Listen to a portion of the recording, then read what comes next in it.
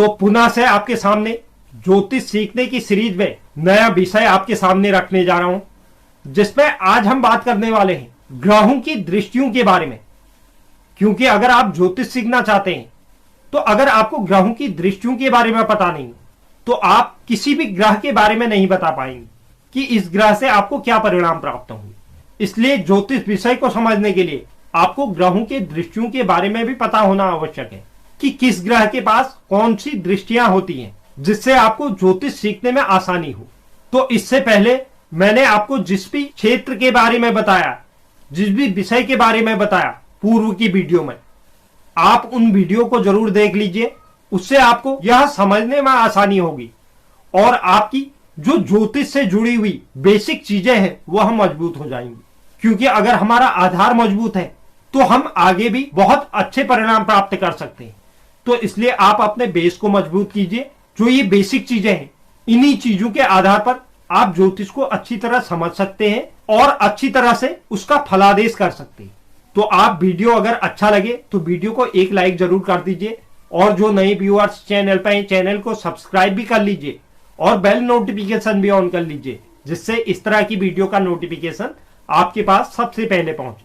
तो चलिए शुरुआत करते हैं और आज बात करते हैं हम ग्रहों की दृष्टियों के बारे में। पहले आप यह समझ लीजिए, हर ग्रह के पास यानी कि 9 के 9 ग्रह जो हमारे सूर्य, चंद्र, मंगल, बुध, गुरु, शुक्र, शनि, राहु, केतु, यह 9 ग्रह हैं और हर ग्रह के पास जिस भाव में भी बैठा है उस भाव से 7वें भाव पर दृष्टि डालता है। यानी कि 7वीं दृष्टि हर ग्रह के पास होती है। यही एक ऐसी दृष्टि है जो हर ग्रह के पास समान होती है।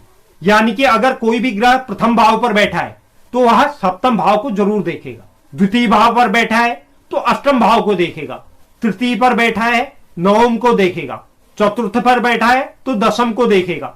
तो इसी तरह से सप्तम दृष्टि हर किसी के पास होती है।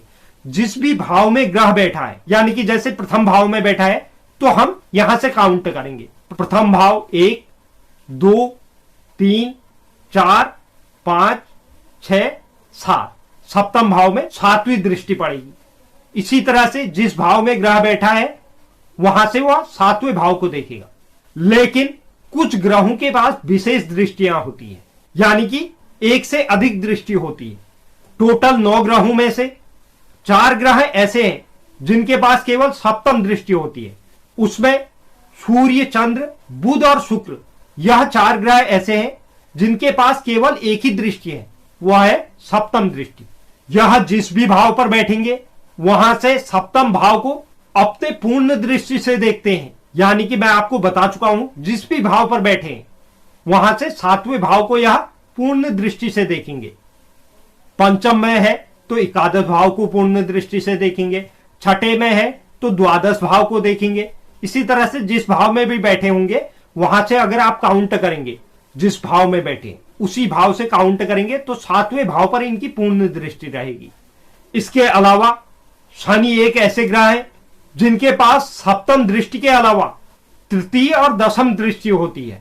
यानी कि यह जिस भाव पर बैठेंगे वहां से एक तो तीसरे भाव को देखेंगे। यानी कि अगर शनि चतुर्थ भाव पर है तो चतुर्थ से तीसरा भाव होता है, यानी कि छठे भाव को देखेंगे। इसके बाद सप्तम दृष्टि हर ग्रह के पास होती है तो यह दशम भाव को भी देखेंगे। इसके बाद यह दशम दृष्टि इनके पास एक और अतिरिक्त है, तो यहां से दशम भाव होता है लग्न भाव, यानी कि प्रथम भाव।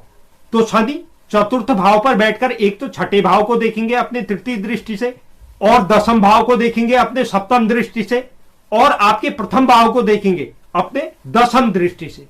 तो शनि जिस भी भाव में विराजमान है वहां से तीसरे भाव को, सप्तम भाव को और दशम भाव को देखते हैं। वहीं मंगल के पास चौथी, 7वीं और 8वीं दृष्टि होती है। यानी कि मंगल जिस भी भाव पर बैठे हैं वहां से वह चौथे भाव को देखेंगे, सप्तम भाव को देखेंगे और अष्टम भाव को देखेंगे। जैसे द्वितीय भाव में मंगल विराजमान है तो द्वितीय से चतुर्थ भाव हो जाता है पंचम भाव। अगर आप द्वितीय से काउंट करेंगे, दूसरे भाव पर बैठे हैं तो वो पहला हो गया, वहां से हम काउंट करेंगे तो पहला, दूसरा, तीसरा, चौथा भाव हो जाता है द्वितीय भाव से पंचम भाव।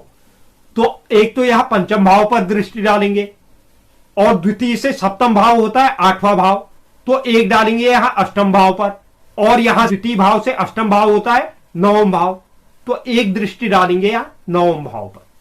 तो द्वितीय भाव पर बैठे हुए मंगल पंचम भाव, अष्टम भाव और 9वां भाव को देखेंगे, क्योंकि इनके पास 3 दृष्टियां हैं।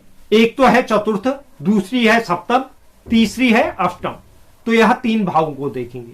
इसके अलावा 3 ग्रह ऐसे हैं जिसमें से देवगुरु बृहस्पति, राहु और केतु, इनके पास भी है तो 3 दृष्टियां, लेकिन यह पंचम भाव को देखेंगे, जहां पर भी बैठे होंगे वहां से पंचम भाव को देखेंगे और सप्तम भाव को देखेंगे और 9वां भाव को देखेंगे।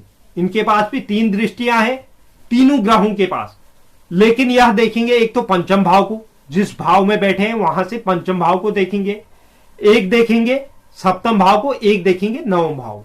यानी कि अगर लग्न भाव में देवगुरु बृहस्पति, राहु या केतु विराजमान है, इन तीनों में से कोई भी एक ग्रह लग्न भाव में विराजमान है, तो यह यहां पर बैठकर एक तो आपके पंचम भाव को देखेंगे, क्योंकि इनके पास पंचम दृष्टि है, एक देखेंगे यहां आपके सप्तम भाव को, क्योंकि इनके पास दूसरी दृष्टि सप्तम है, और एक देखेंगे यहां आपके भाग्य यानी कि 9वां भाव को, क्योंकि इनके पास 9वां दृष्टि भी मौजूद है।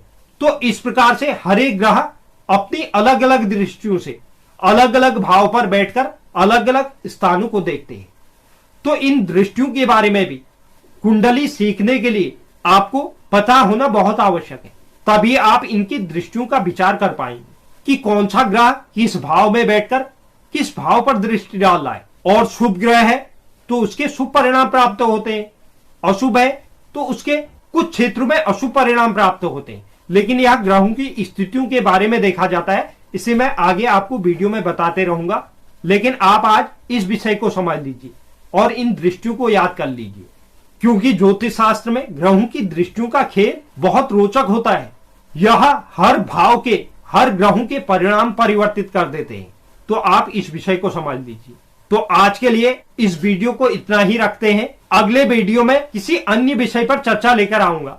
तो आप चैनल पर बने रहें, और जो नए व्यूअर्स चैनल पर हैं, चैनल को आप जरूर सब्सक्राइब कर लीजिए और बेल नोटिफिकेशन भी ऑन कर लीजिए। साथ ही साथ वीडियो अगर आपको अच्छा लगे तो वीडियो को एक लाइक जरूर कर लीजिए, और आपके जो भी सवाल हैं कमेंट बॉक्स में जरूर पूछिए, मैं उसका जरूर उत्तर दूंगा। धन्यवाद।